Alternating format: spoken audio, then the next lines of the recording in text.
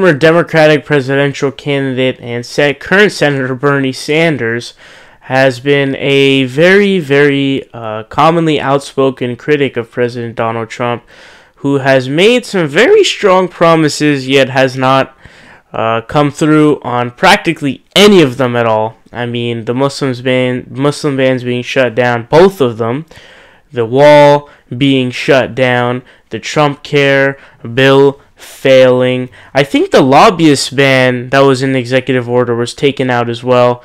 The Syria strikes being a massive failure, massive public outcry. It may have gotten a bunch of corporates on their side, but that's not really the public. But anyway, so here's what Bernie Sanders has said. He predicts that President Trump will be a one-term president. So here's what the Raw story says. They say, quote, Senator Bernie Sanders on Wednesday predicted that Donald Trump will be a one-term president, citing his conservative agenda and his ranking as, quote, the least popular president in the history of polling. Quote, I do not believe that if Trump continues these policies that he's going to be reelected, nor do I think the Republicans are going to do well in 2018. The momentum right now is with the progressive movement in this country, and I think the Republicans are on the defensive, and will be on the defensive increasingly. Quote, the Republicans had to spend money like crazy at the end to beat Democratic candidate James Thompson. I think that's a very good omen for the future.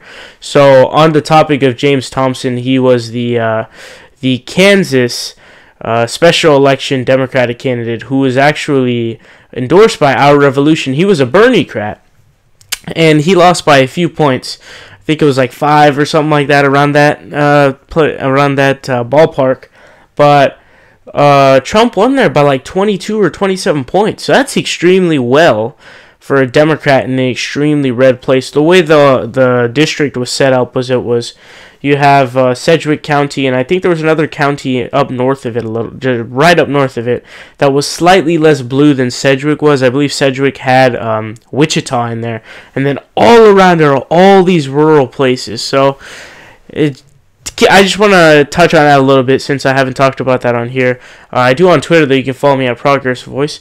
But basically, the DCCC and the DNC, the Democratic Party, refused to give him any help until like the last day. I think they gave him like some, barely any shit. They didn't give him crap. So he was able to do that pretty much by himself with his own,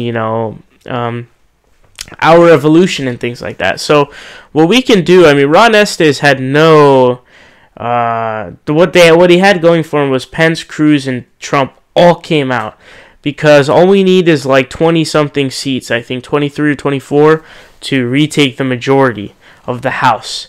So is Bernie Sanders correct in Trump being a one-term president? Well, that depends. It depends, because what seems to happen, and you can look at this in history, is that anytime there's some kind of massive attack or some kind of crisis, it seems to be that the president's polling numbers skyrocket. Now, not like an economic crash, but more as a 9/11 happening, or the Iran hostage crisis and things like that. So, like Jimmy Carter's was really high at that time, and Bush's was really high at that time. It was something in the 70s or whatever, and then everybody was all hyped on the patriotism and all that stuff. So that's really what it depends on. So if nothing of that nature occurs and he continues with the same policy positions he's doing now, I'm going to predict he's going to be a one-term president. But it's really hard to predict when you don't know who the Democratic candidate is going to be, though. I do think that there's going to be tons of people in 2018. I think the House will flip in 2018, no doubt. Well, it depends on Tom Perez there too, but I'm just hopeful that they will. And also, I think that it strongly depends on who the Democratic candidate is. So if it's like a Tulsi Gabbard, or if it's a Nina Turner, if it's a Bernie Sanders, or an Alan Grayson, or Al Franken, or one of these dudes, I think that they will easily win. But if it's someone like a Cory Booker, we're screwed, man. We are really screwed. But I think that Bernie Sanders, I definitely agree with the majority of his point. And I do think that the Democrat will be the next president. What's up, guys? It's Saul Hill here. You guys are watching The Progressive Voice. Make sure you guys click subscribe down below. We're fighting Donald Trump tooth and nail, and we need your help.